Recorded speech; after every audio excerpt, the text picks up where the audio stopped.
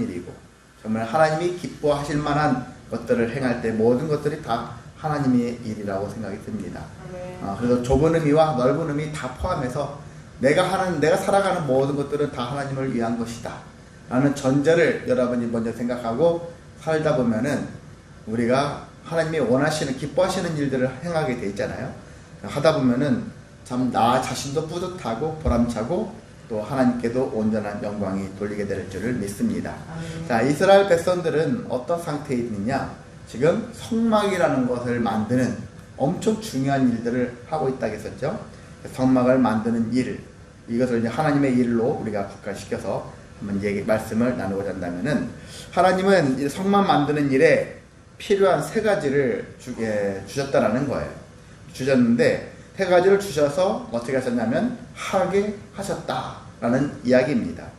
여러분이 35장 30절에서 35절까지 있는 말씀을 쭉 지난번에 봉독을 했었는데, 읽다 보면은 어떤 게 나오냐면요, 하게 하시되라는 말씀이 계속 나와 있을 거예요. 중간중간마다 보실까요? 31절 제일 끝에 이를 하게 하시되, 32절 고안하게 하시며, 그리고 33절 하게 하셨고, 그리고 34절도 가르치게 하시며, 그리고 35절도 충만하게 하사, 그리고 여러가지 일을 하게 하시래, 그리고 제일 끝에 정교한 일을 고안하게 하셨느니라.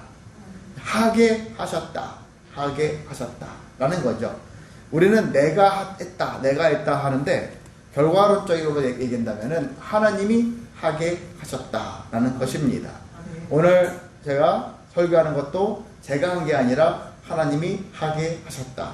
여러분도 찬양과 기도와 또한 이 시간 이 예배 참여하는 모든 일도 하나님이 하게 하셨다.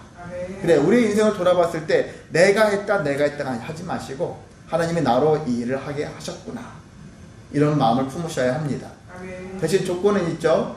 죄악된 일, 잘못된 일을 하고서 하나님이 나를 이 일을 이렇게 하게 하셨어, 이렇게 고백하면 잘못된 거죠.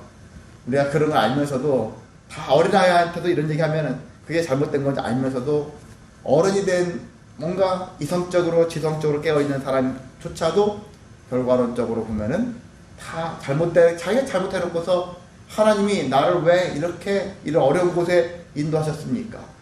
이렇게 고백하는 사람들이 있더라고요. 자기의 교만과 자기의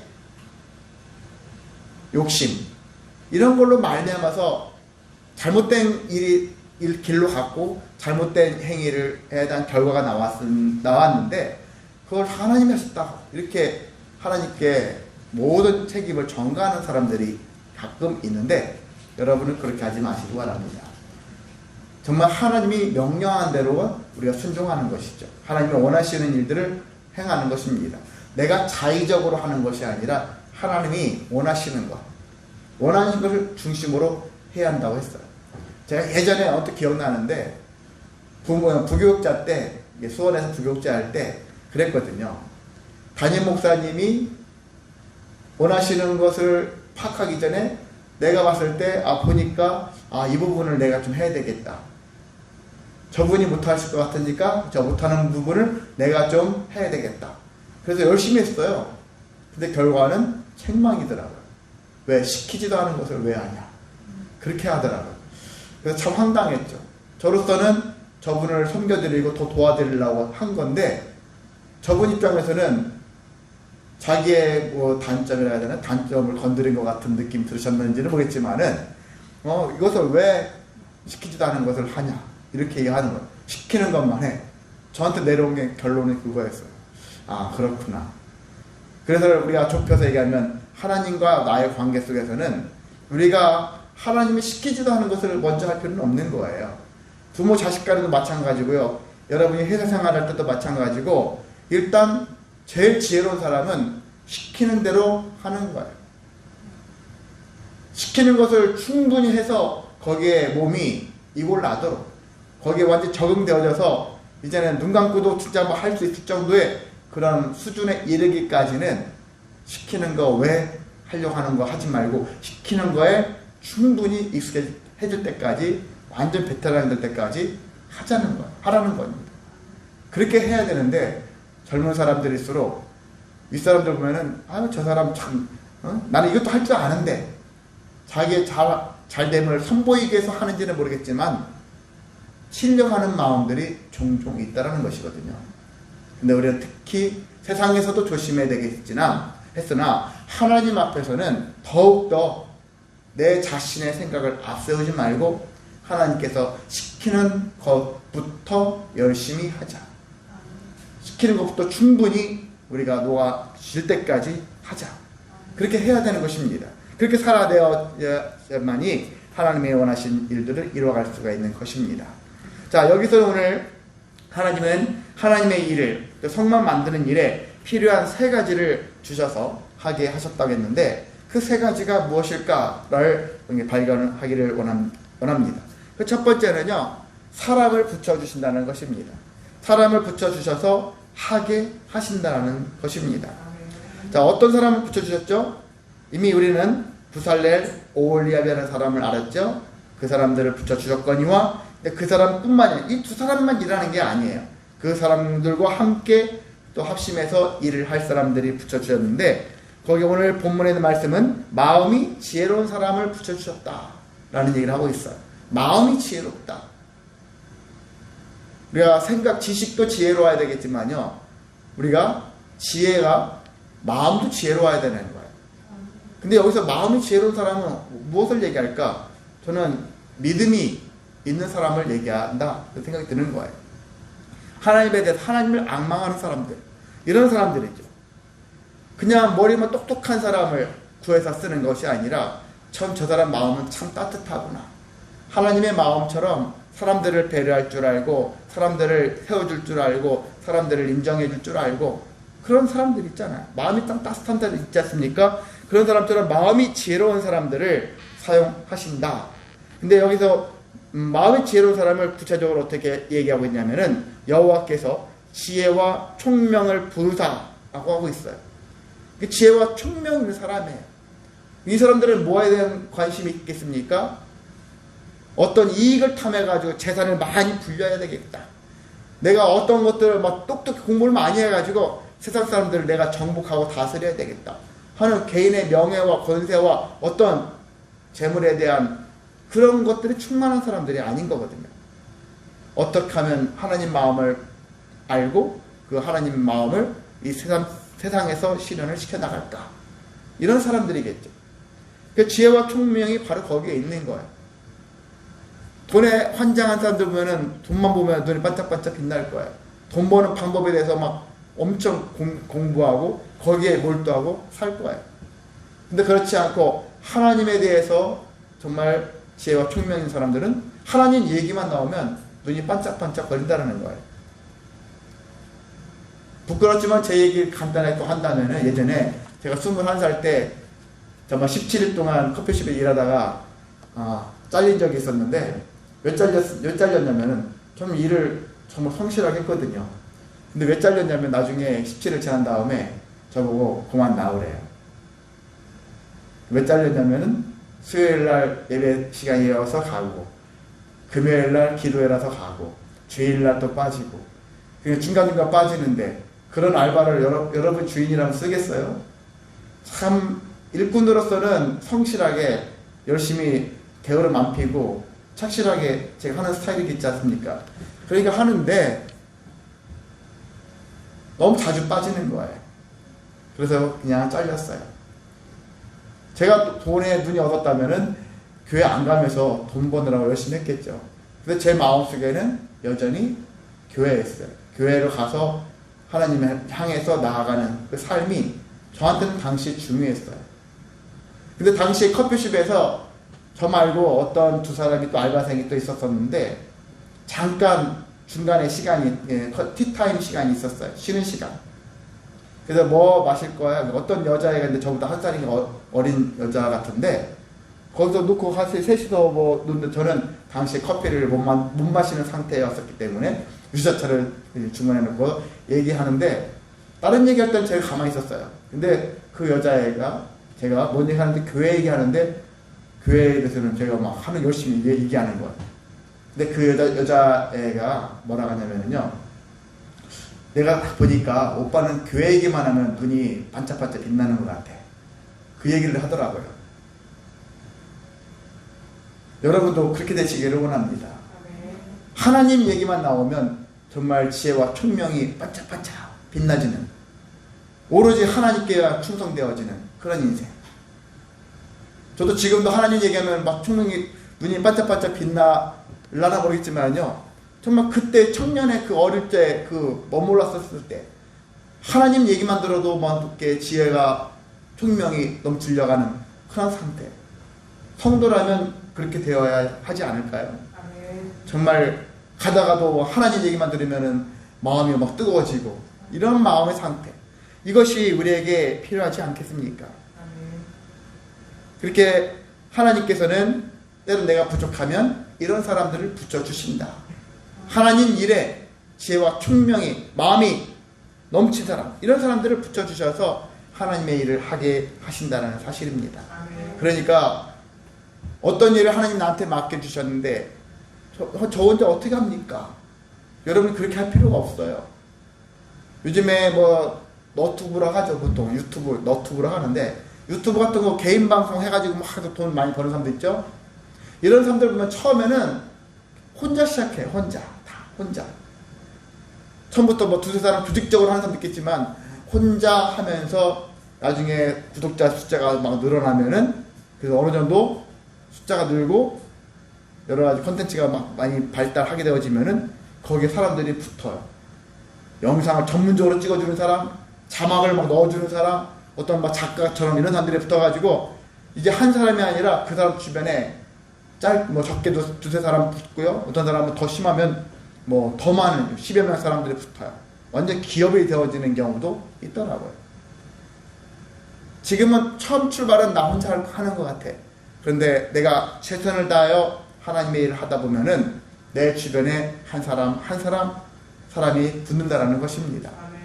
장미의 사모가 저희 처음에 주방에서 혼자 외롭게 일을 했었거든요. 그 누구도 아무도 준비 안 해줬거든요. 그런데 계속 하다 보니까 3년, 4년, 5년 지나가면서 스스로 어떤 분들이 주방으로 들어오시더라고요. 주방 일에 동참을 하시더라고요. 그리고 나중에 제가 이제 격주 한 번씩 주 메뉴도 해오겠습니다, 이렇게 하시는 분도 계시더라고요. 계속 끊임없이 하니까 그렇게 되어지더라고요. 저도 예전에 여기 예배 끝나자마자 제가 축도 끝나자마자 한 일이 주방 가서 행주 가지고 와서 식탁을 닦는 거예요. 근데 다른 분들 제가 그 닦고도 쳐다만 보고 있더라고요. 저 뒤에서. 근데 그것이 정말 3, 4년, 4, 5년 정도 지나고 나니까 그분들이 이제 자기가 닦더라고요. 아, 참 지루한 인생이지만 끊임없이 그 일들을 하면 되겠구나. 그렇다고 해서 저와 제 장미의 사모가 그것을 가지고서 성도들을 비난하고 그러지는 않았어요. 그냥 이건 우리 일이다, 이런 마음을 했죠. 그리고 한편으로는 언젠가 누군가 사람을 돕는 날들이 오겠지, 약간의 기대는 있어요. 근데 그분들이 하지 않았다고 해서 저희가 그분들을 막 마음속에 옳지 않은 마음을 품고서 그렇게 대한 적은 없어요. 해주시면 감사하고 안 해주셔도 괜찮고 이런 마음으로 그냥 내어놓고 했던 거죠. 자, 이렇게 우리는 비록 출발은 나부터 시작할 거예요. 그런데 내가 그 일을 최선을 다해서 하다 보면은 세상도 원리가 그런데 하나님의 일을 하는 사람 입장에서 하나님의 일을 적극적으로 하다 보면은 주변에 사람을 붙여주신다니까요. 여러분도 이미 체험하고 있지 않습니까? 그러니까 나 외로워 할 필요가 없어요. 열심히 하다 보면 분명한 것은 주변에 한 사람 사람들을 붙여 가신다라는 것입니다. 그래서 여러분이 그렇게 마음의 지혜를 얻은 자로서 지혜와 총명을 부어주는 그런 사람들을 붙여주신다라는 믿음을 가지셔서 혼자다라는 마음을 버리시고 함덕의 선을 이루어가면서 살아가시는 저와 여러분 되시기를 소망합니다. 두 번째는요, 물질을 주신다는 거예요. 물질을 주셔서 하게 하신다라는 것입니다. 자, 모세는 이스라엘 자손들이 이제 자원해가지고 예물을 막 드리기 시작했잖아요. 예물을 드렸어요. 드렸고, 그래서 아침마다 자원하는 예물들을 그 사람들이 계속해서 가지고 왔어요. 그래서 많은 사람들이 너무 많이 가지고 오다 보니까 이 부살레, 오홀리압 같은 또 성소에서 일하는 사람들이 너무 재물이 계속 쌓이니까 이 재물 때문에 일하는데 너무 방해가 되는 거예요. 방해가 될 정도로 재물이 계속 오는 거예요. 각기 하는 일들을 이 사람들이 중단했습니다. 그리고 모세에게 와서 너무 많이 가져옴으로 인해서 이제는 쓰고 남는다 하면서 더 이상 가져오지 않아도 된다 라는 얘기를 했던 것입니다. 그렇게 해서 모세는 명령을 해서 더 이상 예물을 드리지 말아라 이렇게 명령했고 백성들이 가져오기를 그쳤습니다. 우리는 그 생각을 해봅니다. 일하는 사람들이 이런 헌물에 대해서 우리는 막 재물이 필요 이상으로 막 들어오면 보통 여기 있는 관계된 사람들은 어떻게 하죠? 더 들어오는 것에서 막지 않을 거예요. 일반적으로는. 근데 여기는 막지 않아요. 아니 교회 현장에서 성도들이 막 헌금을 한대요. 때로는 뭐 과하게도 헌금할 때도 있어요. 그럴 때 필요한 경비만큼 딱 헌금을 했는데 이미 다 들어왔는데 그럼에도 불구하고 그 헌금을 계속하라고 톡촉하는 그런 교회들도 있을 거라고 생각이 들어요. 근데 여기 보면은 성막 만드는 일에 이만큼이면 충분합니다. 우리는 다다익선 생각하잖아요. 좋은 게 좋은 거니까 더 헌물하게 해. 나중에 혹시 알아 더 쓸 수 있으니까 하면서 미래적인 것까지 막 염두에 두면서 더 많이 거두려고 할 거예요. 이미 쓰고 남음에도 불구하고 계속 거두려고 합니다. 그런데 하나님의 일은 그렇지 않은 거예요. 다다익선이 다 좋은 게 아닙니다. 더 많이 드려지는 거 물론 감사하죠. 그런데 무조건 다다익선은 중요하지 않다라는 거죠. 하나님의 일을 할 때는 특별히 특정 일을 할 때는 우리가 멈출 때 멈추는 거예요. 멈춰 할 때 멈출 줄 아는 것. 그쳐할 때 그쳐할 줄 아는 것. 그렇지 않으면은 뭐가 되냐면 그게 우리에게 올가미가 된다는 거예요. 거기에 우리가 종이 된다는 거죠. 성막을 만드는 사람들이 다 재료가 금, 은동, 감 나가는 거예요. 다 재물이거든요. 그런 것들이 막 쌓여요. 근데 이러다가 무슨 생각 듭니까? 저기서 일부를 내가 가져갔으면 이런 생각이 안 들겠습니까? 그럼 나도 모르게 그 재물의 종이 되는 것이죠. 이와 같은 생각을 가질 수가 있는 것이죠. 그런데 이 사람들은 그렇지 않은 거예요. 그것들을 딱 끊어낼 줄 알았어요. 그것에 대한 욕심을 갖지 않아요. 일부는 가질 수도 있을지도 모르겠어요. 100%는 아닐 거라고 생각이 들어요. 그래도 대부분 사람들이 그것을 끊어낼 수 있는 용기를 가졌던 사람들이다. 그래서 이 사람들이 존경스럽다는 얘기죠. 개인의 욕심을 갖지 않기 위해서 더 이상 예물 드리는 것을 허용하지 않는 거죠. 그것은 자기 자신을 지키기 위한 방편이기도 합니다. 이런 것과 같은 마음들이 이들에게 필요했던 것이거든요. 자, 주님의 사역은 이익을 탐하는 마음을 버릴 때 놀라운 은혜가 있거든요. 주님의 사역을 할 때 염두에 두면서 하는 건 안 좋은 거예요. 예전에 우리 교회에서도 그런 일이 있었던 일이죠. 어떤 분이 우리가 성전, 교회 이전 그랬을 때 새로운 교회를 만약에 간다면 어디로 갔으면 좋겠는가? 그래서 어느 지역에 있는데 그분들끼리 서로 어떤 분들이 두 분인가 서로가 얘기 나눴다 하더라고요. 야, 거기다가 어디 가면 거기 지역이 좋은데 땅이 있는데 그 땅을 사가지고 그 땅을 어떤 돈 많은 성도에게 사게끔 하게 하고 거기서 나오는 이익 있잖아요. 수수료에 해당되는 부분들을 당신과 내가 나눠 먹자 하는 이 메시지가 저희한테까지 들어온 적이 있었어요. 안타까운 일이죠. 그런 일까지 우리 교회 이 작은 규모에 이런 부분까지도 이런 일들이 있다는 것 참 안타까운 일이다. 하나님의 일을 생각하는데 하나님의 일을 해야 되는 입장에서 그것도 교회가 크다고 해서 그렇게 하면 안 되는 거지만 눈에 봐도 작은 교회, 그런 교회인데 거기에서 자기들의 몫을, 이익을 나누자, 이런 메시지를 주고받는 거예요. 너무나도 무섭다. 어떻게 그런 생각을 할 수 있지? 하는 그런 마음 가져요. 솔직히 얘기하면은, 하나님의 일을 하기 위해서 안수까지 받았던 사람이에요. 그렇게 한 사람이. 야, 그런 것들을 제가 보면서 참 어이없다. 일반 성도들은 그럴 수 있다고 쳐요.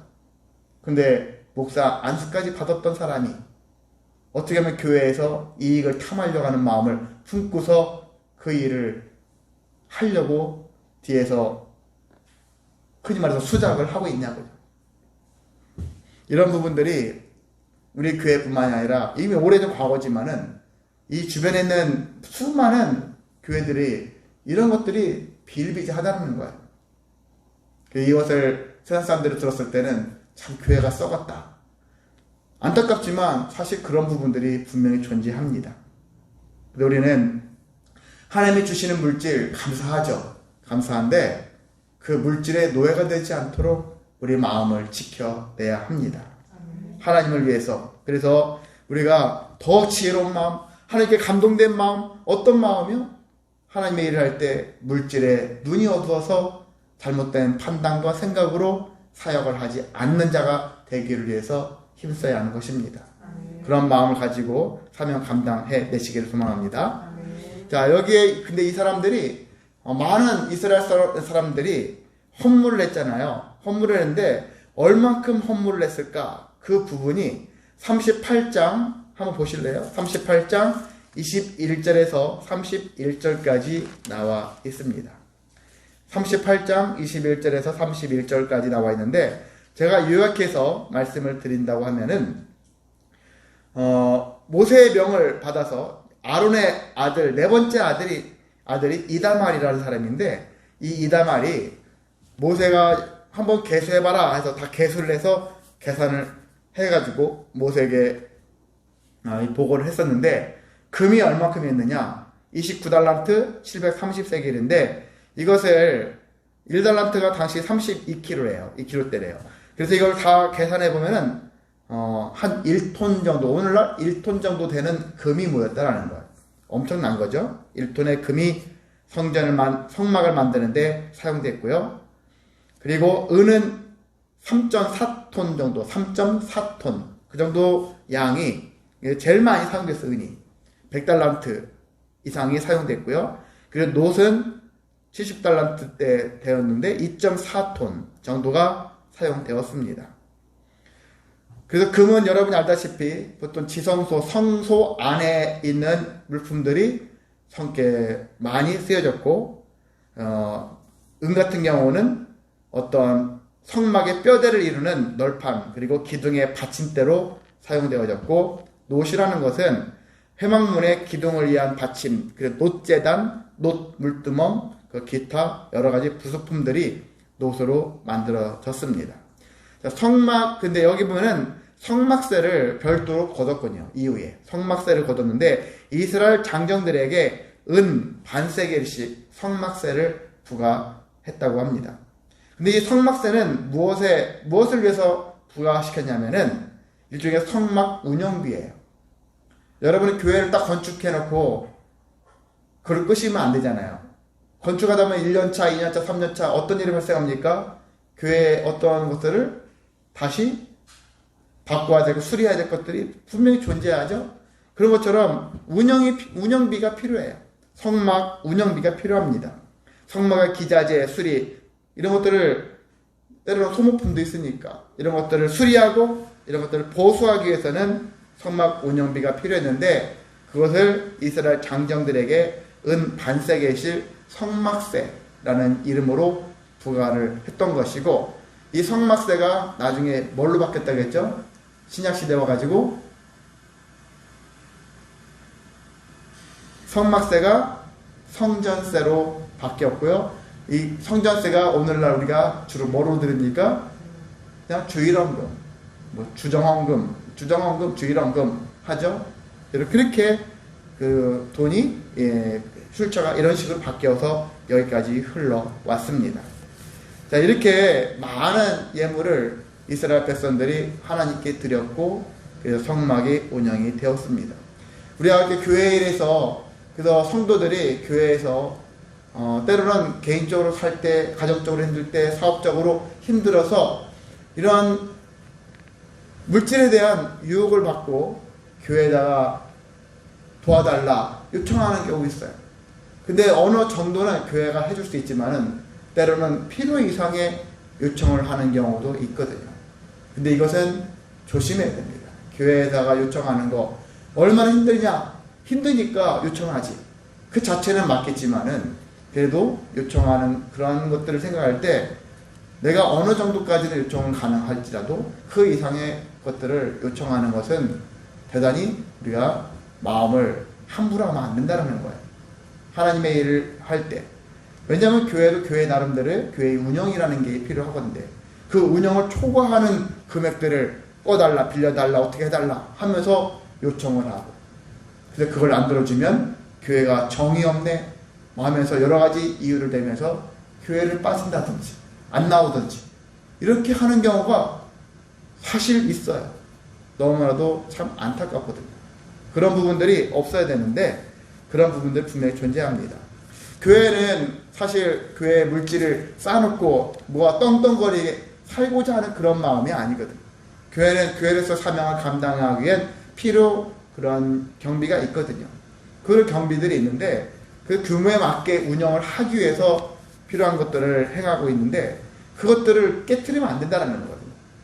성도님들의 삶도 개인 삶도 이해는 안타깝지만 그렇다고 해서 그분의 한 사람의 그 한 가정을 하기 위해서 교회의 운영이 위험에 처하게끔 만드는 행위에 대해서는 우리가 조금은 성도들로서 성숙한 마음을 가지고서 임해야겠습니다. 그리고 그런 마음들을 우리가 품으셔서 여러분이 정말 주님의 일을 할 때 내가 과연 이것을 개인적으로 요청할 일인가 아닌가 이런 것들에 대한 부분도 지혜롭게 행하시기를 소망합니다. 세 번째는요, 하나님께서는 누구를 붙여주시냐? 어떤 가장 중요한 거예요. 사람도 붙여주시고 재물도 붙여주시지만은 제일 중요한 것은 성령을 붙여주신다라는 사실입니다. 성령을 붙여주신다. 하나님께서는 우리를 지명에 불러주셨죠. 그런데 하나님이 어떤 사람을 불러주시냐면은 탁월한 사람을 불러주시는 게 아니에요. 예수님의 12제자 보면은 탁월합니까? 어떤 면에서 탁월할 수 있는데 근데 일반적으로 다른 사람과 비교했을 때는 엄청 탁월한 사람은 아니에요. 능력인 사람은 아닙니다. 하나님께서 불러주실 때는 지혜로운 사람을 불러주셔서 감동을 주시고 능력을 주신다. 일반적으로는 우리가 능력 있는 사람을 하나님께서 불러주신다 그 얘기하는데 그게 아니거든요. 하나님께 감동된 자. 교회에서는 수많은 사람들이 있습니다. 근데 교회에서 만약에 담임 목회자가 온전한 생각을 가진 자라면, 지혜로운 사람이라면 누굴 사용합니까? 이 중에서 제일 잘하는 사람을 뽑아가지고 지휘자시키고 반주자시키고 교회에 어떤 봉사자 수장시키고 이렇게 합니까? 그게 아니거든요. 어떤 사람을 시킵니까? 교회에 충성을 다하는 사람이겠죠. 같은 갑이면은요, 실력은 있는데 믿음이 없거나 그냥 교회를 드문드문 나오거나 성실하지 않은 그런 사람을 뽑지 않거든요. 이렇게 지혜로운 사람을 불러서 감동 주시고 성령의 능력을 힘입어서 하려고 하는 사람들을 불러주신다는 거거든요. 만약에 목회자가 최고의 사람이야, 명성인 사람이니까 저 사람 써. 근데 이 사람은 믿음도 없고 성실하지 않아. 이 사람을 사용하면 교회 운영을 잘못하는 거거든요. 교회에서 말이 많습니다. 교회가 시끄러워져요. 정말 좋은 사람은 정말 하나님의 일에 대해서 믿음이 충만한 사람을 뽑는 거예요. 저 사람이 그래, 이 사람보다 저 사람이 좀 능력이 좀 떨어져. 그래도 저 사람이 하는 게 더 옳다라는 것입니다. 우리는 그런 마음을 가지고서 사명을 감당해야 되는데 가장 훌륭한 사람은 어떤 사람이냐? 성령 받은 사람이라는 거예요. 성령을 통해서 성령이 임한 사람이 바로 우리에게 중요한 사람이다. 목회자에게서 가장 중요한 사람은 성령 받은 사람이에요. 돈 많고 일 잘하는 사람이 아니거든요. 물론 돈 많고 일 잘하는 사람에게 성령 임하면 더 좋겠죠. 그래서 이러한 가장 핵심은 성령을 받은 사람이다. 우리 주변에 그런 사람이 많기를, 그리고 우리 자신도 성령을 받은 자로서 주님께 감동되어져서 능력을 힘입어 살아가는 자가 되시기를 소망합니다. 하나님은 성령을 받은 사람을 부르신 게 아니라 부르신 다음에 성령을 주시는 분이시다. 순서가요, 우리 입장에서는 이럴 것 같은데 하나님께서 순서는 반대예요. 이런 것 같은 것들을 염두에 두면서 우리가 신앙생활 하게 되어진다면은 저는 못해요, 그런 능력 없어요, 그렇게 생각하면 안 돼요. 가끔 목회자가 이렇게 좀 맡아서 하시겠습니까? 하면 저 능력이 없어요, 이렇게 얘기하죠. 왜 자기가 자기 자신을 판단합니까? 정말 능력이 없다면 성령을 받으시라는 거예요. 성령을 힘입으시라는 얘기죠. 그러면은 없던 능력도 생겨져요. 발견하지 못했던 능력이 발견되어지고, 없던 능력보다는 사실 발견하지 못한 거죠. 자에게 이런 능력이 있다는 것들을 몰랐던 거죠. 근데 성령을 받으면 자기의 능력이 드러나요. 어떤 능력이 나한테 있다라는 것, 자신감 가지고 일을 할 수가 있는 것입니다.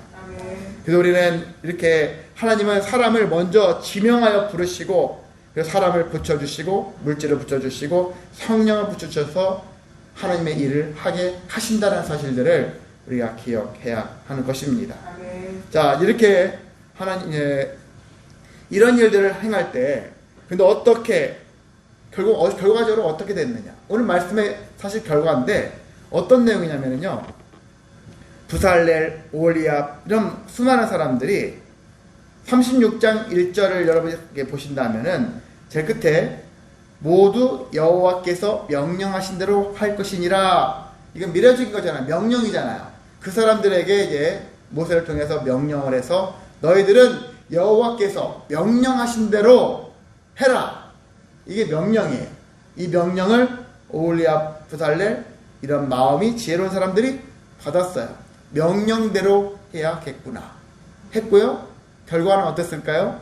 여러분이 또 한 장을, 두 장을 더 넘게 되겠네요. 세 장째를 넘겨서 39장 32절 한번 읽으실까요? 이스라엘 자손이 이와 같이 성막 곧 회막의 39장 32절이요. 이스라엘 자손이 이와 같이 성막 곧 회막의 모든 역사를 마치되 여호와께서 모세에게 명령하신 대로 다 행하고, 42절 시작. 여호와께서 모세에게 명령하신 대로 이스라엘 자손이 모든 역사를 마치며 계속 모세가 그 마친 모든 것을 본즉 여호와께서 명령하신 대로 되었으므로 모세가 그들에게 축복하였더라. 할렐루야. 여기 핵심이 뭐예요? 명령하신 대로 해라. 그랬더니 이 사람들이 명령하신 대로 완성을 한 거예요. 완성을 해냈습니다. 그래서 모세가 마지막으로 다 감수를 해봤어요. 정말 하나님이 명령하신 대로 했나? 다 검수를 해봤더니 딱 명령하신 대로 일을 끝내는 거예요. 모세도 감탄했겠죠. 그리고 감탄은 끝나는 것이 아니라 모세가 여기에 오늘 말씀처럼 축복하였더라. 명령하신 자에게는 어떤 일이요? 축복이 따른다라는 겁니다. 여러분이 축복받으라 말로만 하지 마시고, 축복받으려면 어떻게 해야 될까요? 명령하신 대로 준행하는 거예요. 준행. 더 구체적으로 준행하는 거예요. 명령하신 대로 준행하였더니, 지난주 제가 에베소 교회 그 얘기하면서 뭐라 했습니까? 하나님의 명령대로 회개하라 명령했는데 그 명령대로 이 에베소 교회가 하지 못했다라는 거예요. 진리는 막 날이 선 검처럼 살아있는데 사랑이 부족했거든요. 처음 사랑을 잃었잖아요. 그래서 하나님이 명령했죠. 처음 사랑을 다시 회복하라. 그러려면 회개부터 다시 해야 된다. 그랬는데 에베소 교회가 보통 회개를 안 했던 거예요. 촛대가 옮겨졌더라. 더 이상 쓰임이 안 된다는 것이죠. 그런 것과 같은 일들이 있어요. 그런 것처럼 우리에게 중요한 것은 명령대로 순종하지 않았더니 무너졌더라. 근데 명령대로 순종했더니 세워졌더라. 그리고 명령대로 순종했더니 축복받았더라. 그런 인생 되시기를 주님의 이름으로 소망하고 축복합니다. 사랑 많으신 하나님 아버지 감사를 드립니다.